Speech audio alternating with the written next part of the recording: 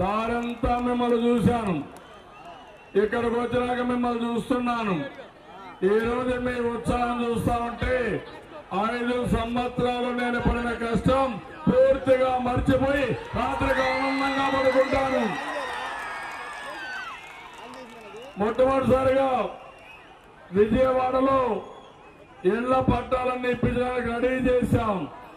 కానీ గవర్నర్ అడ్డం పెట్టాడు. దానివల్ల మళ్ళా ఒక చట్టాన్ని చేసి మళ్లీ పంపించాం. క్లియరెన్స్ వచ్చింది.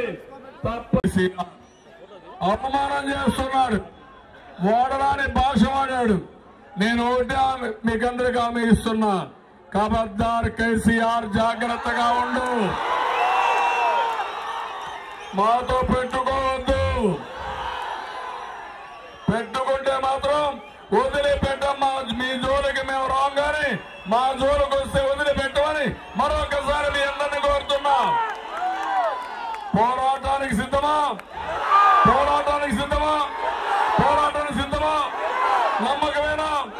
అందరూ నాకు అదే కావాలి.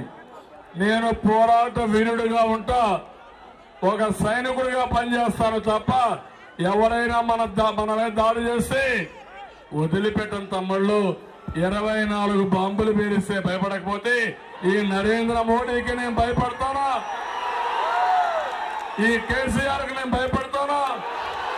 భయం అనేది నాకు ఎప్పుడో తెలుసా? ఇక్కడ కోడి కత్తి పార్టీ ఒకటి వచ్చింది. ఏం తమ్ముళ్ళు, కోడి కత్తి పార్టీకి ఎవరైనా ఓటేస్తారా? ఆ పార్టీకి ఓటేస్తే ఏమవుతుంది? మన నెత్తిన మనమే భస్మాసురాస్త్రం పెట్టుకున్నట్టు అవుతుంది. రాజధాని పైన ఒక్క మాట ఎప్పుడైనా మాట్లాడా? రాజధాని రావాలని ఇష్టం ఉందా ఇతనికి? ఎందుకు లేదని అడుగుతున్నా.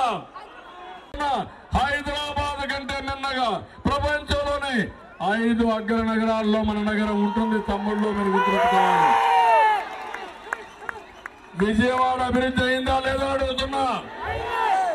దీనికంటే 10 రెట్లు ఎక్కువ చేస్తారని మరొకసారి హామీ ఇస్తున్నా. మీ నమ్మకం చూశాను, మీ అభిమానం చూశాను. ఈ రోజు ఇది చూసిన తర్వాత నాలో పట్టుదల పెరిగింది. ఇంకా కష్టపడతా